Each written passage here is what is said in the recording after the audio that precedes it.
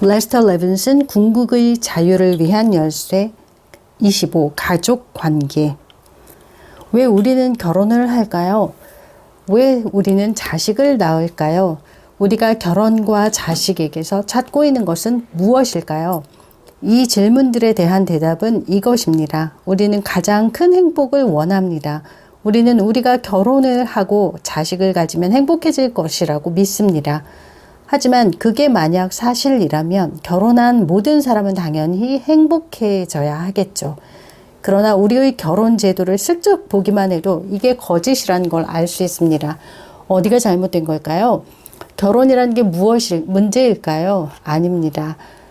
잘못은 우리 안에 있습니다. 우리가 잘못된 방향을 쳐다보고 있는 겁니다.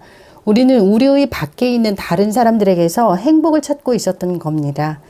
우리가 우리 밖에 있는 사람이나 사물들에게서 행복을 구하는 한 어떠한 슬픔도 없는 영원한 행복은 결코 발견할 수가 없습니다.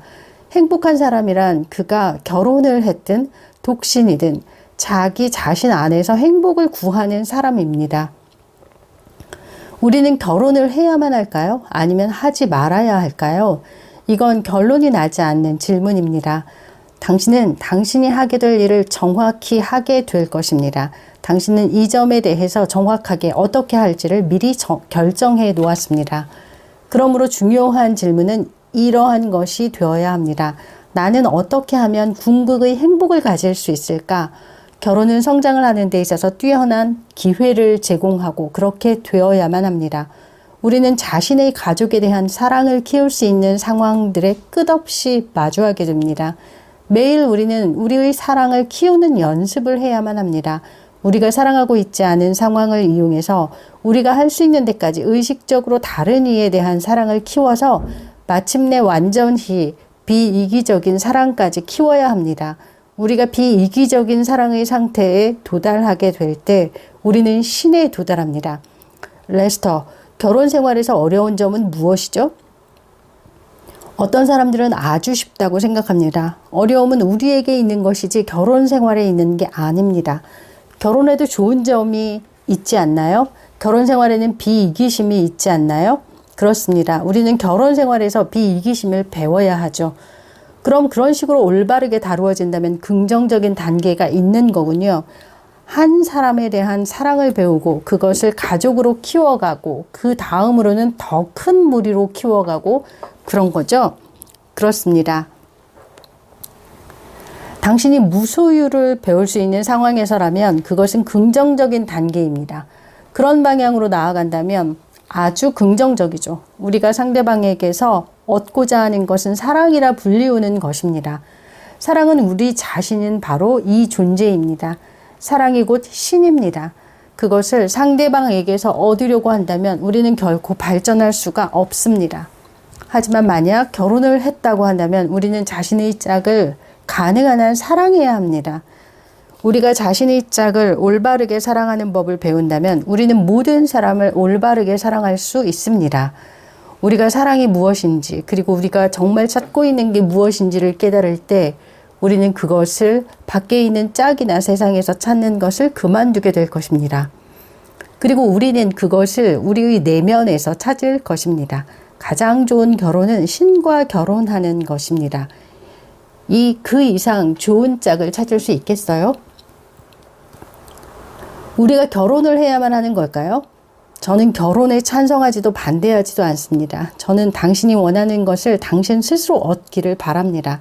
결혼한 사람도 신을 발견할 수는 있습니다. 하지만 결혼하지 않는 사람에 비해서는 난관이 더욱 많겠죠. 결혼하지 않은 사람이 이 길에 집중하는 것은 훨씬 더 쉽습니다. 결혼한 사람은 자신의 배우자와 아이들에게 집중을 해야만 합니다. 만약 아이까지 있다면요. 난 결혼도 하고 이 길도 계속 갈 테야 라고 말한 대부분의 사람들은 너무나도 그들의 결혼 생활에 늘 빠져 있거나 엮여 있어서 이 길에 대한 시간을 낼 수 없거나 관심을 더 이상 가지지 못합니다. 그러니까 이런 점에서 결혼은 장애입니다. 만약 우리가 이러한 탐구를 하는 사람과 결혼을 하지 않는다면 결혼 생활은 매우 어려울까요? 그렇습니다. 결혼에 있어서 가장 좋은 상황은 서로가 깨달음을 얻는데 도움을 줄 수 있는 결혼이죠. 오직 상대방이 완전히 신을 깨달을 수 있도록 돕기 위해서 결혼하십시오. 그것이 결혼 생활의 기본입니다. 그리고 상대도 당신에게 똑같은 것을 해야만 하죠. 그것은 쌍방적인 것이어야만 합니다. 그리고 결혼 생활이란 소유의 관계가 아닌 영적인 관계여야 하고요. 사랑은 다른 사람을 소유하는 게 아니라 그를 자유롭게 하는 것입니다. 그것이 영적인 생활이죠.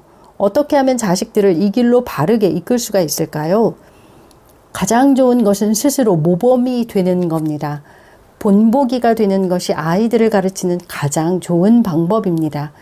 아이들은 부모처럼 되고 싶어 합니다. 그러니 항상 하는 말이지만 만약 당신이 아이들을 돕고 싶다면 스스로를 먼저 도와야 합니다. 그렇게 하면 당신은 사실은 의식적으로 아무것도 할 필요가 없다는 것을 알게 될 겁니다. 그저 당신 스스로를 돌보면 아이들이 당신과 함께 성장하고 있다는 것을 보게 될 것입니다. 전 2명의 아이들이 있고 그 아이들은 정말 서로 다릅니다. 그 아이들이 우리의 자식이 되고 싶어 했고 우리도 그 아이들을 원했던 게 맞는 거죠. 그렇습니다. 우리는 종종 우리와 비슷한 성격의 부모를 선택해서 그들의 삶을 통해서 교훈을 얻고자 합니다. 그래서 가끔은 부모를 찾기가 그토록 어려운 것이죠.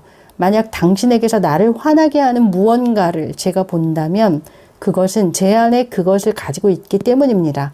만약 그런 것이 제 안에 없다면 전 당신에게서 그것을 볼 수도 없습니다. 우리가 자신과 비슷한 성격을 가진 부모님을 선택하기 때문에 사람들이 유전학을 믿게 된 것이죠. 모든 아이들이 다른 모든 아이들과 다릅니다. 부모들은 이것을 알아야 합니다. 각각의 사람은 완전히 다른 존재들이라는 것을 말이죠. 그리고 만약 현재의 환경이나 유전학이 어떤 눈에 띄는 영향이라도 미친다면 그들은 매우 닮아 있겠죠. 제가 하나 생각이 났는데 아이는 부모에게 완전히 낯선 사람이라는 거죠. 부모들은 그 아이에 대해서는 전혀 아는 게 없어요. 아이들은 우리에게 낯선 사람이고 그 아이들이 우리를 사랑하게 하는 것은 순전히 우리에게 달린 거죠. 우리가 아이들에게 쏟는 사랑만큼 아이들이 사랑이 흘러나오는 거죠. 우리의 전생의 기억이 완전히 단절되어서 이번 생의 시작에서 처음 시작한다는 면에서는 그렇습니다. 하지만 만약 당신이 전생을 받아들인다면 전 아니요라고 말해야겠습니다. 우리는 이번에 다시 함께 모인 것입니다. 서로에 대한 집착과 혐오가 세세생생 이어지도록 우리를 서로 모이게 만듭니다. 두 사람 사이에 집착이 있다면 그 집착이 그들을 다시 만나게 합니다.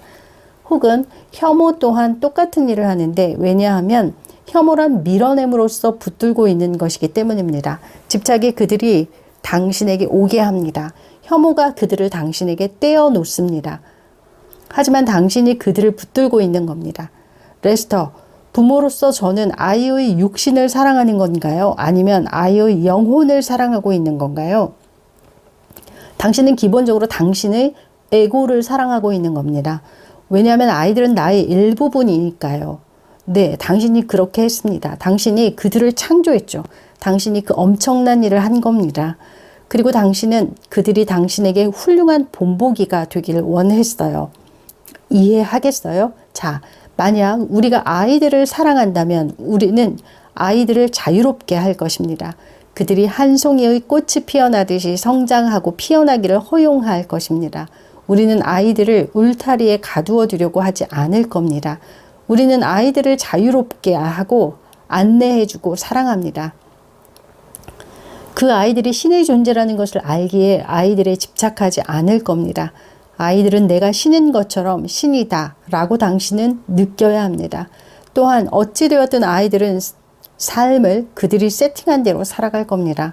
그럼에도 당신은 그들을 자유롭게 놓아주고 집착하지 않으려고 해야 합니다. 이것은 집착하는 사랑보다 더 높은 사랑입니다. 물론 선생님께서 말씀하신 것처럼 아이들을 인도해 주어야겠죠. 그들에게 안내해 주세요. 그리고 당신이 아이들을 자유롭게 해준다면 아이들이 당신에게 안내를 청할 겁니다. 하지만 아이들에게 지시하고 군림하려고 한다면 당신이 어렸을 때 그랬던 것처럼 그들은 화를 낼 것입니다. 그들은 이래라 저래라 하는 지시를 받고 싶어 하지 않습니다. 그냥 배우고 싶을 뿐인 거죠. 아이들은 타고난 호기심이 있습니다. 아이들은 당신에게 이것저것 물어볼 겁니다. 그리고 당신이 처음부터 아이들을 자유롭게 해주는 것에서부터 시작한다면 아이를 키우는 것은 가장 쉬운 일 중 하나가 될 것입니다. 아이들이 당신을 따를 테니까요. 하지만 당신이 처음부터 아이들에게 이건 해라 저건 하지 마라 이렇게 이야기를 한다면 아이들은 이래라 저래라 하는 소리를 듣는 어른들처럼 행동하게 될 겁니다.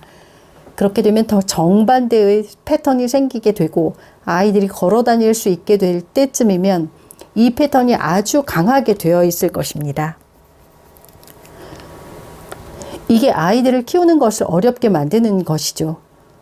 모두 우리의 집착 때문에 우리는 아이들을 조정하려 들고 아이들은 반항하는 것이죠.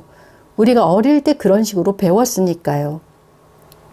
우리가 아이들에게 똑같은 방식으로 가르치고 그 아이들은 또 자신의 아이들에게 그렇게 하고 계속해서 돌고 도는 거죠. 가르침은 만약 올바로 시작한다면 아무런 저항이나 반대 없이도 가능합니다. 아이들에게 가능한 경우를 보여주고 대안을 제시하고 아이들이 결정하도록 해주세요. 그러면 아이들은 처음부터 당신과 함께 할 것이고 반대되는 습관을 키우지 않을 것입니다. 가족 구성원들은 이전의 생애에서도 함께 한 사람들끼리 다시 모이는 것입니다. 강한 사랑이나 증오심이 계속해서 함께 모이고 또 모이게 하는 거죠. 우리의 가족 구성원들에 대한 태도는 모든 존재에 대한 태도와 같아야 합니다. 우리가 사랑을 실천할 수 있는 첫 번째는 가정에서 가족들과 함께입니다. 우리는 우리의 가족들을 더욱 사랑하고 그들이 자신의 모습 그대로 있을 수 있도록 더욱 더 허용해 주어야 합니다. 부모님들과의 관계를 해결하는 것은 영적 성장에 있어서 아주 중요한 것입니다. 비록 그분들이 돌아가셨다 하더라도요. 우리가 아무런 집착이 없는 사랑만 남을 때까지 서로의 다른 점을 해결하려고 한다면 부모들은 성장에 필요한 뛰어난 기회를 제공해 줄 것입니다. 가정은 우리의 모든 습관적인 반응 행위를 키우는 데 있어서 중요한 곳인데 우리가 가정에서 그 대부분을 키우기 때문입니다. 아이에게 비이기적인 사랑을 주는 것은 그 아이가 이번 생에 비이기적인 사랑을 배우는데 도움을 줄 것이고 그 아이가 행복한 삶을 살아가는 환경을 만들어 줄 것입니다. 아이가 우리에게 원하는 가장 중요한 것은 사랑입니다. 우리는 아이를 속일 수 없습니다. 아이들은 우리의 감정을 알고 있고 읽을 수 있습니다. 우리는 서로 말로 속일 수 있지만 아이들을 속일 수는 없습니다. 아이들이 이렇게 자라지 못하는 주된 이유는 아이들이 어른들로부터 관심을 받고 싶어 하기 때문입니다. 유년기에 이것은 곧 생존을 의미하기 때문이죠. 내가 만약 부모들로부터 인정을 받으면 그들이 나를 도와줄 것이고 힘없는 아이에 불과한 나는 살아남을 수 있다. 아이들은 보통 인정을 받기 위해서 착하게 행동하지만 그게 안 된다면 관심을 받기 위해서 나쁜 행동을 할 수도 있습니다. 이 관심은 무의식적으로 인정받고자 함입니다. 이러한 행동은 왜곡된 행동의 패턴이 됩니다. 만약 당신이 부모님들을 있는 모습 그대로 볼 수가 있고 사랑할 수 있다면 당신은 엄청난 성장을 이룰 수가 있습니다. 당신이 부모님과 함께 있을 때면 거의 자동적으로 행동하게 됩니다. 당신은 부모님들의 행동 패턴이 세상에 적용되는 것을 알게 될 것입니다. 당신은 16살 이전에 형성한 행동 패턴으로 나머지 인생을 살게 됩니다. 그렇지 않다면 당연히 당신이 그것을 바꾸겠죠. 당신은 부모님들을 있는 그대로 보아야 하고 그렇게 받아들여야 합니다. 부모님에게서 어떠한 비난을 해서도 안 됩니다. 부모님들이 어떻게 하든 당신은 스스로의 모습에 책임을 져야만 합니다. 부모님을 완전히 받아들이는 것은 깨달음에 가깝습니다. 우리 내면의 느낌이 사랑이라면 우리가 어떻게 행동하든 중요하지 않습니다. 태도가 행위보다 더욱 중요한 것이죠. 이것을 가족들에게도 적용하세요. 만약 우리가 아이들과 갈등하지 않고 비이기적으로 사랑할 수 있다면 완벽한 하모니가 있을 것입니다. 하지만 우리가 비이기적인 사랑이 무엇인지를 알지 못하기 때문에 오늘날 부모와 자식 사이에 이러한 어려움이 있게 되었습니다. 부모들은 자신은 잘못 행동하면서도 아이들에게는 올바로 행동하라고 합니다. 이것이 아이들 눈에는 부모들이 정직하지 못한 것으로 보이고 불안하게 만들고 반항적인 느낌을 가지게 합니다. 아이는 부모들이 보여주는 것만큼만 배웁니다. 아이들은 아직은 스스로를 돌볼 수 없기 때문에 우리의 책임은 아이들이 스스로를 돌볼 수 있을 때까지 아이들을 먹이고 입히고 인도해 주는 것입니다. 하지만 일단 성인이 되고 나면 우리는 그들을 let go 하고 신께서 그들을 돌보시도록 해야 합니다. 비록 그들이 겉으로 보기에 자신을 돌볼 수 없을 것처럼 보일지라도요. 아이들도 자신들 역시 스스로에 대해 책임을 진다면 보살핌을 받을 것이고 더 나아가서는 신에게 모든 것을 맡긴다면 돌봄을 받을 것이라는 것을 배워야 합니다. 어른과 아이들에게 있어서 유일한 차이는 몸 크기와 경험뿐입니다. 부모들이 하지마 라고 할 때 그들은 아이들에게 억지를 주입하고 있는 것입니다. 부모들이 이렇게 하란 말이야 라고 할 때 그들은 아이들에게 강압을 주입하고 있습니다. 이 둘 다 아이에게 무능력하다는 느낌을 일으킵니다. 우리는 아이들을 자신의 에고의 연장으로 생각하고 있습니다. 우리는 아이들을 한 사람의 개인으로 보아야 하고 우리가 다른 이들에게 주는 권리들을 아이에게도 주어야 합니다. 당신의 아이에게 도움이 되고자 한다면 스스로를 도우십시오. 모든 아이들은 완전하고 온전하며 무한합니다. 진리를 아는 것은 결혼을 한 사람이냐 독신이냐에 달려있는 게 아닙니다. 그것은 오직 진리를 추구하고 발견하는 사람에 달린 것입니다. 결혼을 한 사람도 만약 그들이 결심을 한다면 깨달음을 얻을 수 있습니다. 유일하게 행복한 부분은 진리를 이해하고 있는 커플입니다. 그들은 자신의 기쁨이 내면에 있지 상대편에 있는 게 아니라는 것을 알고 있습니다. 사람들이 정말 찾고 있는 것은 신의 사랑입니다. 이걸 알지 못하기 때문에 배우자에게서 이것을 찾고 있는 거죠. 일단 당신이 신의 달콤함을 맛본다면 결혼하기란 쉽지가 않습니다. 당신은 배우자에 대한 욕구를 느끼지 못할 겁니다. 신과 혼인하면 당신은 포만감에 이르게 될 것입니다. 배우자가 생기는 것은 장애물입니다. 아이가 생기는 것은 장애물을 덧붙이는 것입니다. 하지만 꼭 이럴 필요는 없습니다. 우리가 만약 잘 이용한다면 가족은 성장에 큰 도움이 될 수 있습니다. 결혼한 사람이 가지는 불행 중에서 상대편에게서 행복을 찾고자 하는 것으로 인하지 않은 것이 없습니다. 유일한 이상적인 결혼이란 서로가 서로를 영적으로 성장할 수 있도록 도움을 주기 위해서 하는 결혼입니다. 가장 높은 성취는 부모님과 형제자매들에게 사랑만을 가지는 것입니다. 가정에서 이렇게 하는 것이 당신이 세상에 대해서도 이런 관계를 갖게 해줄 것입니다.